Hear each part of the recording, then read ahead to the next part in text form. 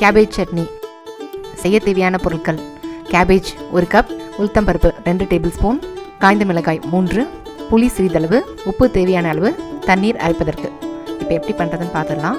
First ஒரு வானலியில் 2 table spoon oil போட்டுடுங்க. எண்ணெய் சூடானோடனே உளுத்தம்பருப்பு போட்டுட்டு காஞ்ச மிளகா, பூண்டு சேர்த்து லைட்டாக ஃப்ரை பண்ணுங்கள். இதெல்லாம் செவந்ததுக்கப்புறம் கேபேஜ் சேர்த்துடலாம். ஒரு நிமிஷம் ஃப்ரை பண்ணிங்கன்னா போதும். அது கொஞ்சம் சாஃப்ட் ஆகிடும். அந்த கேபேஜ் கொஞ்சம் சாஃப்ட் ஆகணும், அவ்வளோதான். கலர்லாம் மாறணும்னு அவசியம் இல்லை. அதோட உப்பு சேர்த்துக்கோங்க. எல்லாம் மிக்ஸ் பண்ணிவிட்டு ஆற வச்சுருங்க.